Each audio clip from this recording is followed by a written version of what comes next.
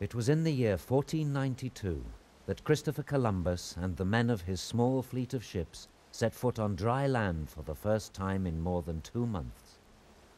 However, this was no ordinary landing in some busy European port. For as Columbus disembarked from his ship, he was making history.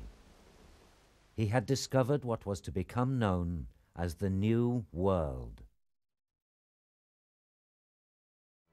The last years of the 15th century were a time of revolution in thought throughout Europe.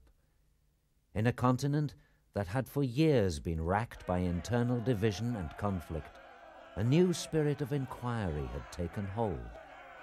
In the 15th century, Europe began to have quite a different view of the world.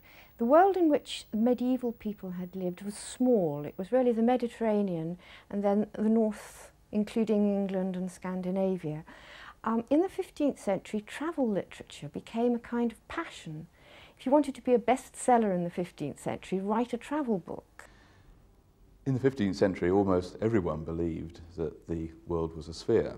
There were very few flat earthers in the Middle Ages. The sphericity of the world is central to Columbus's planning, because the medieval worldview consisted of a large landmass in the northern hemisphere, wrapped around the northern hemisphere. And in theory, it was always possible to sail to the east using the western route across the ocean. The big question was, how wide was the ocean? Was this theory something which could be achieved in practice?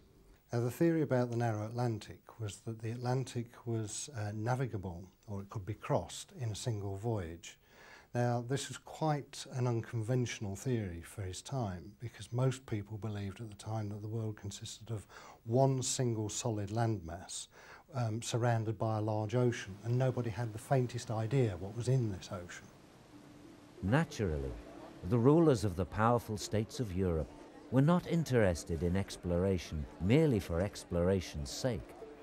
Their enthusiasm lay rooted in the far more pragmatic world of finance and trade.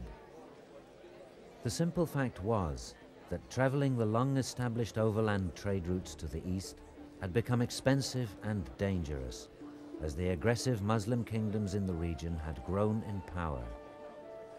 For the merchants of Europe, trade, which had once been reliable and steady, had become shrouded by doubts and uncertainty. New routes to new markets simply had to be found. And so, explorers and adventurers, tempted by the prospect of personal reward and the glory of discovering new lands for those who ruled over them, took to the oceans.